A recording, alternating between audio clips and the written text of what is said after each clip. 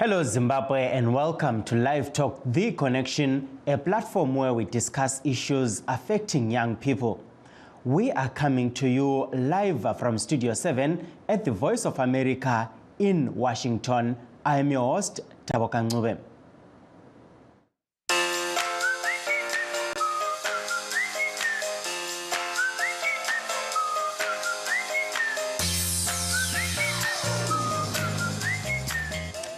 Today we are looking at prospects for the year 2024 for young Zimbabweans. But first, let's take a look at what's happening elsewhere. The Associated Press reports that at least 48 people died in a powerful New Year's Day earthquake that rattled the western coast of Japan. According to the Japan Meteorological Agency, the earthquake, measuring 7.6 on the Richter scale, flattened dozens of homes and buildings and also left some roads split in pieces and a runway in one regional airport cracked, making it difficult for emergency officials to access the damage. Reuters news agency reports that Israel carried out airstrikes in most parts of Gaza Tuesday and also hit back at Hezbollah militants in Lebanon. Hezbollah militants are allies of Hamas. Israel also said it struck military infrastructure belonging to the Syrian army in response to what it said were launches from Syrian territory towards the country. Developers at the University of Maryland are using a holographic camera to capture people's movements in 3 dimensions for what could be high-impact training, education, and entertainment. It's technology with the power to transform in ourselves. VOA's Julita Bo has more.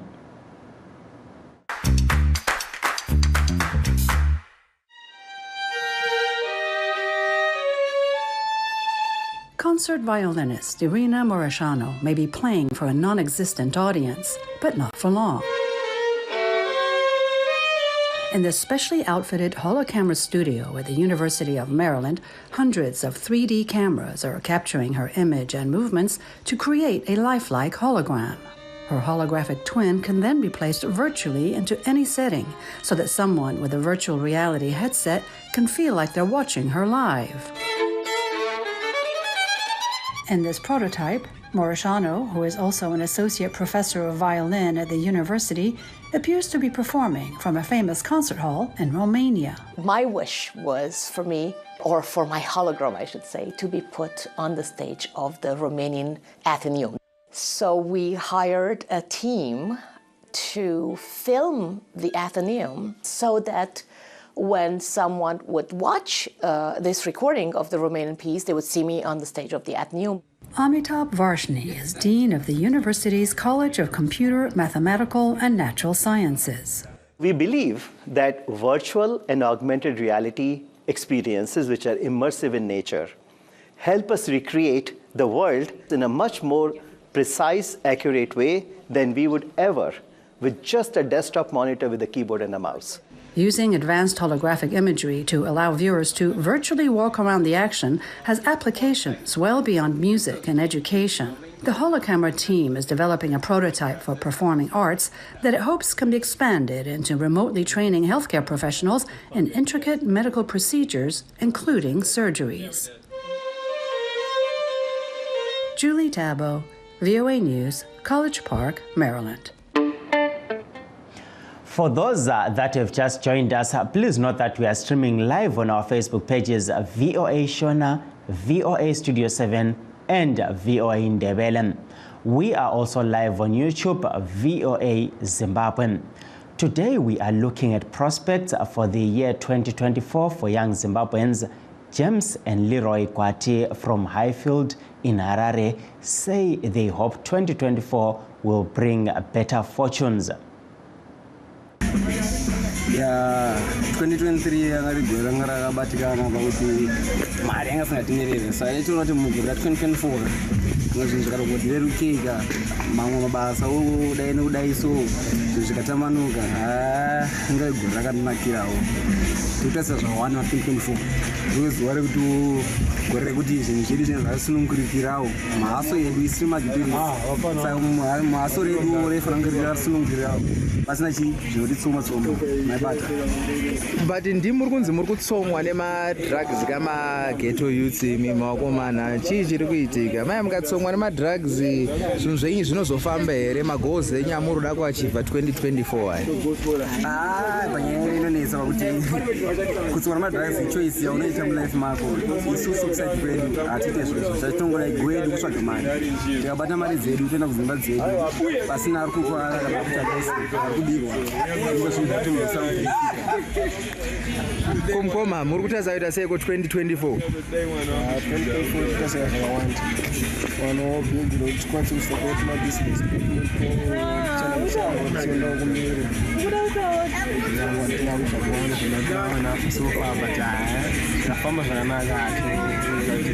mukuda kuti tsvaga seiko begini muda kubata vanhu nkunzi here hatibati vanhu ngudzi kuhasirawo kana mabasa akavhurikawo isawo pasaiti izobati hedu vanhu ngudzi.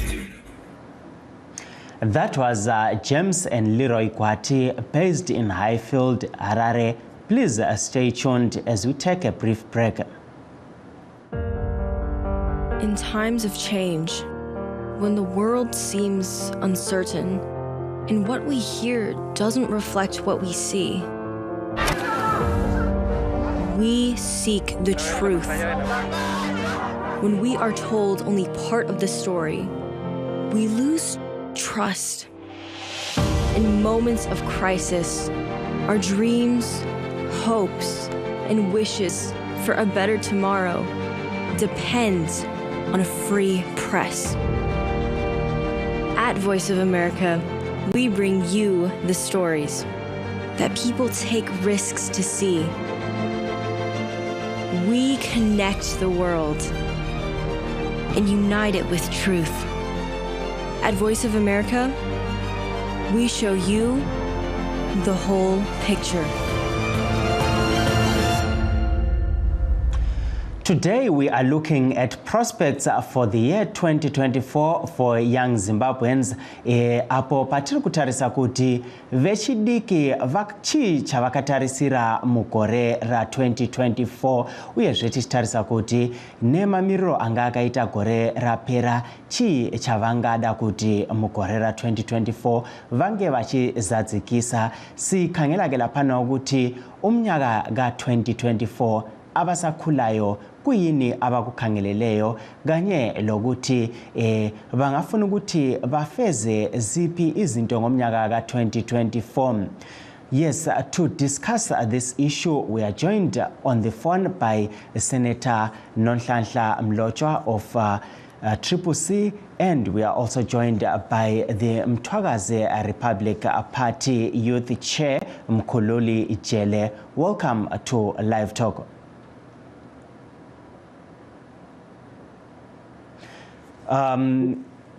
Can you hear me? Welcome to Live Talk. Mamlotshwa, we'll start with you there. As we enter into the year 2024, what do you think the youth in Zimbabwe are looking forward to? And as the opposition party, what are the things that you want to put in place for the young people this year? Thank you very much for having me. Compliments of the new season. Thank you. Yeah, you can go ahead and tell us the plans for the opposition Triple C in terms of the year 2024. Elikukhangeleleyo sikhangela abatsha. As I said before, thank you very much for having me. I would like to speak in Ndebele because most people that I represent speak in Ndebele. Thina esikhangeleleyo ukuthi esikhangelele akulanto esikhangeleleyo ngo-2024 ikakhulu akulanto ekhona esikhangeleleyo abantu beZimbabwe abantu abatsha bayazama lapha abazama khona kodwa impilo inzima kakhulu and thina opposition esingakwenza ukuthi sime labo sibakhulumele especially abangamalunga edayile eParliament sime lapho singamakhona sibakhulume lapho singabakhulumela khona kodwa ikusasa labo ikusasa lethu sonke limnyama nxa sikhangela izwe leZimbabwe limnyama ngesizathu sokuthi mina njengami engihlala emaphandleni engivele emakhaya kunje sesikhulume ngedevolution ukuziphatha kwethu ezigabeni kodwa singakhangela eduze lami lapha emahongola kule lithium iyatshengisa yini isigaba sethu ukuthi kule lithium eduze lapha hatshi eduze lami lapha kubondaba nkulu kubo Falcon kubo Legion kule golide kuyatshengisa yini kwabantu abatsha kukhona abakutholayo ukuthi kule golide na akutshengisi futhi yikho kusitshengisayo ukuthi ifuture yethu ibleach ngabe silabo ukhokheli obusicabangelayo ubukhokheli obusithandayo ngabe ubukhokheli obucabangela intsha kuzigaba zabo lapha abahlala khona ukuthi imbuzi lembuzi idle lapha ebotshelwe khona nalapha esibotshelwe khona sidli lutho asitholi lutho sihlupheka kakhulu kubuya abantu bevela kwezindawo ezikhatshana bafike bahuquluza ilithium leyi bafike bahuquluza igolide leli basitshele futhi ukuthi bona balama-claims bona balemvumo bona balama-rights thina sila lutho kulizwe elihamba litshela abantu ukuthi licabangela wonke umuntu so sihluphekile elizweni leZimbabwe akulanto esiyitholayo intsha yethu ihluphekile obabona besebenza ezimayini lezi ezegolide bangena ama-hours lama-hours amahora bengaphansi imali abayitholayo ukuthi benelise ukuzithengela ongontshengu lokho kuchiphileyo benelise ukuzithengela isithwadlana nje ukuthi balale bedlile kodwa akula kuthuthuka kwesigaba esitshengisa ukuthi isigaba esihlezi phezu kwenotho engaka. Siyabonga Mamlotshwa. Coming to you, Jele, we are looking at the year 2024. What do you look forward to this year as a young person? Ngiyabonga ithuba komsakazi labalaleli bonke. Thina into esiyikhangelele kakhulu ukuthi singabantu abatsha ngomnyaka ka-2024 kasikugoqa izandla sibukele abantu besidla umnotho wakithi eMathebeleland thina kwamthakazi eMathebeleland le Midlands singasebenzi sesibatshayele izandla kakhulu abantu bokuza bebuya bezobulala ilimi lethu ezikoleni befundisa abantwana ezikolweni into ezingekho ngoba ma ubulala umntwana esikolweni usibulele lekusasa lakhe so ngomnyaka lo oka-2024 kasiyikubabukela abantu beMashonaland bebuya bezosikhutha ilimi lethu besibulalela ikusasa lethu besidla umnotho wethu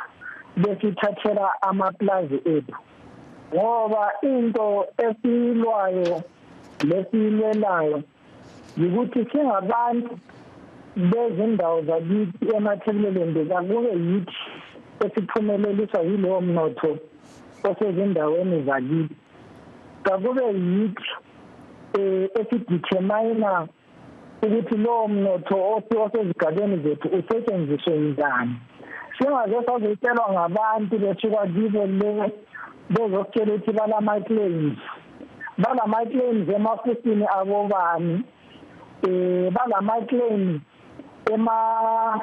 ezinsimini zabobani ngoba into esilwalayo esingayifuni lesingasayifuni yena le ukuthi only Smith and his white people yibo abade belama-plaza yibo akade berana ama-businesses same likewise that amashona they are coming all the way Mnangagwa and Mgabe and Chamisa and Tsvangirai are the very people now esibabona belama-plaza all over yibo Megisi yibonekisi basemathebeleni thina the people of mathebeleni kasila maplaza kasila gold kasilawo ama-business opportunities the little business opportunity ezelayo we are sanctioned uyithole isingaze kubuye ama-youth empowerment projects nama-loans from the Ministry of Youth. We are disadvantaged. Uthole sebebuya bona bevela khona lesishoneni sebesebenzisa ama-addresses of imathebeleleni sokusiba yibo ama-beneficiaries. This time we are saying enough is enough. We are not the generation ezohlala phansi goqe izandla ibukela abanye abantwana besila thina sisidlinqeqe zomlomo ibukela abanye abantwana besebenza behola thina sihleli silokho sibhodala emthunzi siphelile leso sikhathi ongafuni ukulalela the warning esimnikeza yona ukuthi imathebeleleni is for people of mathebeleleni and if opportunities ezivele emathebeleleni they are there to develop and empower abantu bemathebeleleni uzoyifunda ivaliwe ngoba kasilapho leso sikhathi that we are people and we have a right to have a share in every economic space to be empowered kumele sibe empowered that njengabantwana bayo yonke indawo balo lonke bawonke umhlaba awungeke uze uthathe abantwana benye indawo banyithi abantwana bendawo banyithi umhlaba umnotho uyenikeza abokuza uthi bona laba bendawo belale bengadlanga asisakuvumi lokho kasangeke sikwamukele ngoba we are not accept economic patchwork. Enough is enough.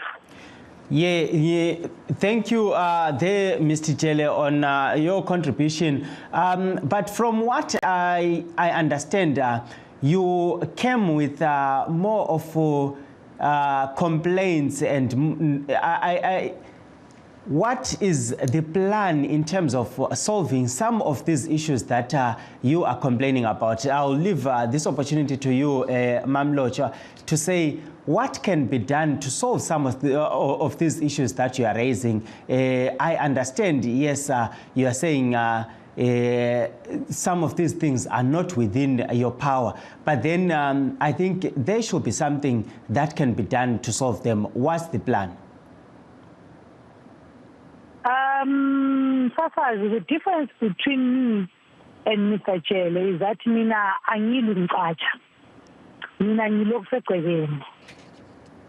Umnankakho mayehleli ku State House uyazi ukuthi kulomamlotshwa emapopo ongavumelani lami ngendlela engiphethe ngayo ilizwe leZimbabwe. I put myself out in the open. I am ready to fight for this country. I'm ready to fight for the people anytime. Esikwenzayo lesizakwenza ukuhamba sifundisa sike saba lento sithi mining indaba endaba okuthiwa kuse what for endaba nkulu sikhulumisana lezakhamizi sizitshela okulilungelo lazo because ilungelo labo abantu abaningi abalazi abalilweli ngoba abalazi. Umthethosisekelo weZimbabwe ulakho ukuthi ukhusele abantwana beZimbabwe ubasekele ngesigaba sabo ngelizwe labo. Osafika lapho sabafundisa ukuthi lemalungelo njengabantu besigaba yokuthi liclaim ama-mine lawa lisebenze kuwo lithola imali lithuthukise futhi isigaba senu esithi khona ngesilungu phecelezi social responsibility.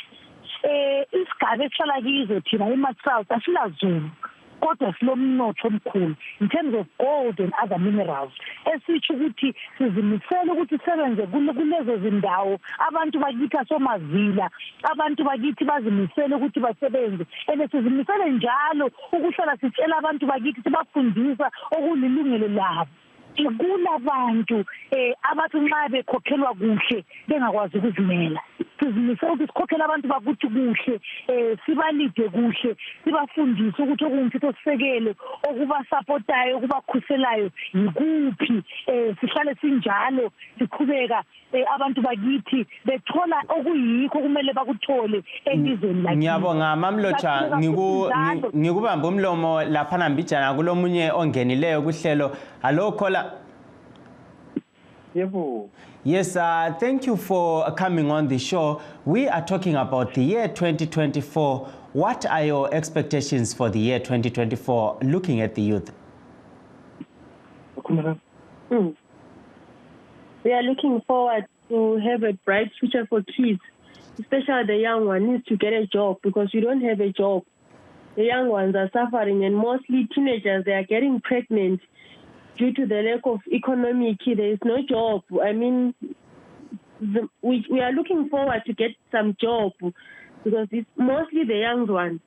They are getting pregnant at a young age. So we want to find a way to stop that thing. Yes, siyakuzwa ungaqhubekela phambili njalo uchasisa ukuthi kuyini okunye okubona kuludubo njalo kuyini okungenziwa lapha ngomnyaka ka2024. Ngingajabulela ukuthi emakhaya lapho khona akulamanzi, sikha amanzi ekudeni, bese ngajabula ukuthi mhlawumbe nje ngezindawo kutholakala izibhorani duzane nemakhaya because abanye bayareshwa on the way besiyakha amanzi. Amanzi futhi aphuzwayo awahlanzekanga, amanzi anathwayo ekhaya. So bese ngajabula ukuthi mangaba khona utshintsho nje kusimo esifana naleso. Hayi ngiyabonga Mamlocha, ngiyaxolisa ngeke ngakumisa laphana. You can go ahead Mamlocha. Lokho ukukhuluma ngudadewethu oqeda ukukhuluma lapha ngeke ngakukhuluma futhi edale eParliament ngikutshela uMinister wezimali ongumthuli Ncube ukuthi thina siyimathebeleland asifuni njalo ukuthi mnyaka mpakalanga phuma mpakalanga tshona sikhipha ama-begging bowls and we are begging you ukuthi siphe lokhu asobantu abafuna ukuholela njengenkukhu. Don't economically sabotage us. Yenza kube lamadamu ayeneleyo ezigabeni zethu. Uzabona sizilimela ukudla okusaneleyo. Uzabona sizenze ukuthi inkomo zethu ziyadla ziyanatha futhi okusaneleyo because khathesi sikhuluma nje ungakhangela amakliniki wonke akhiwe emathebeleleni. Akula clinic leyo yakhiwe nguhulumende, ngamakliniki akhiwa ngabantwana bezigabeni abanye abase diaspora bencedisana labantwana basekhaya besakha lawo makliniki. Kwenziwa yini? Asifuni ukuphiwa, sifuna ukuzenzela. Ungabhode emathebeleni south namuhla ubona imizi yakhiwa lapha kuyakutshengisa ukuthi ngabantu abafuna i-development. Sifuna ukuzenzela, asifuni ukuphiwa. Uhulumende kangasabotage lapho kumele khona enze ama-duties akhe njengohulumende, njengokugeba amadamu ayaneleyo, amaintene lawa khona kenze njalo aqhubeke senza. Ngiyabonga. Siyabonga Mamlocha. Siphenduke kwelaphana jele. There is an issue that is a big problem for Zimbabwe right now, the issue of drug abuse. What's your take in the year 2024? What do you think should be done to curtail the drug abuse challenge? My leader, into engatsho ukuthi ama-drugs akula muntu ongawathatha uma ezikele emsebenzini. Akuna muntu ongadlala isikhathi sakhe etshone ebhizi ngama-drugs if elokukwenza. Abantu they are exposed kuma-drugs ngenxa yokuthi they have nothing to do. Akulanto abazi-entertaina ngayo kumbe abangaba bhizi ngayo. Yikho becina bekhetha ukuthi bathi bathatha ama-drugs ngoba bathi baqeda i-stress. Stress bukanti bona bayazibulala bona. Konke lokhu kuyinto enziwa ngabomo nguhulumende.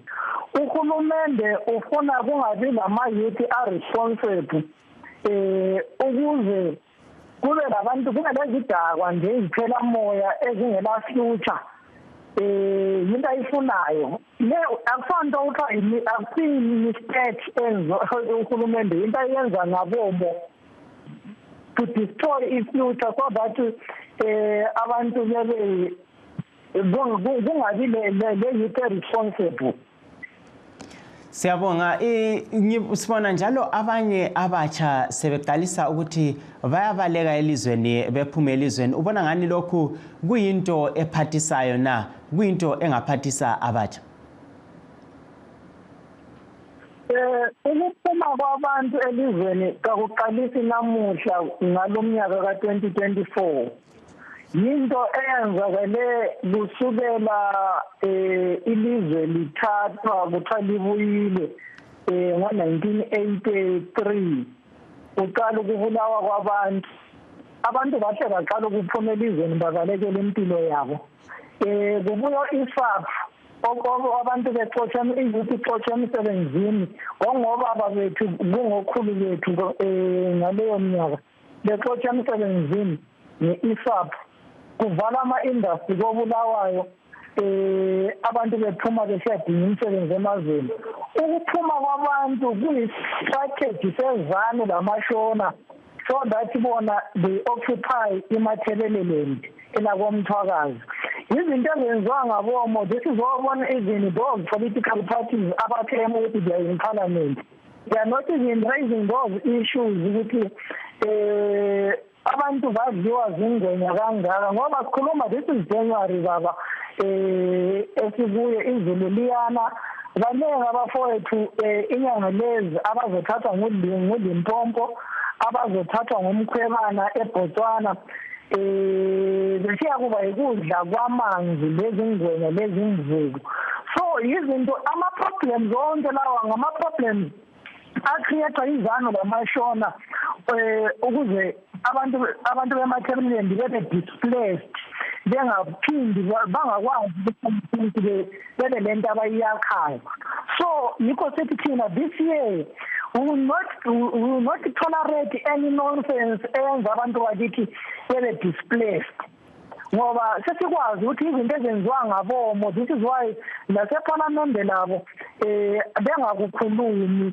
ukuthi kanti abantu baphuma kangaka kwenziwa kuyini abantu badliwa zingwenya kangaka kuLimpompo why can't we create jobs for abantu bona laba why can't you bring empowering projects kubo laba abantu so that eliziyethe this thing yokuthi abantu bekangaka abantu bedliwe zingwenya abantu behambe kangaka emazweni siyabonga jele laphana mamlotshwa ungagqiba uhlelo namhlanje yiwuphi umbiko ongaba lawo kwabasakhulayo sikhangela umnyaka lowo eka-2024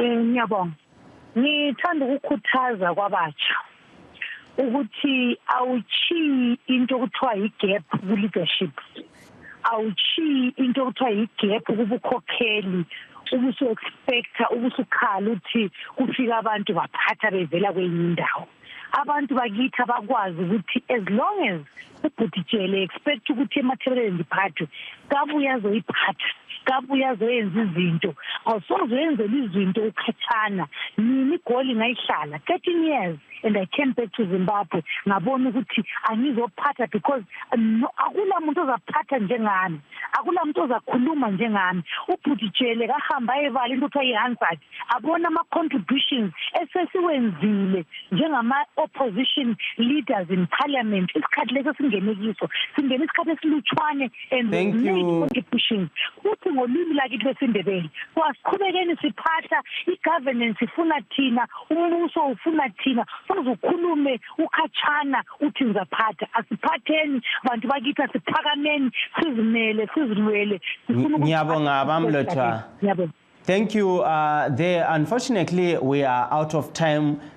We were trying to get hold of Barbara Thompson of ZANU-PF, but unfortunately we could not be able to have her represent the party on this program today. And that brings us to the end of our show. Signing off in Washington, I am Taboka Ngube.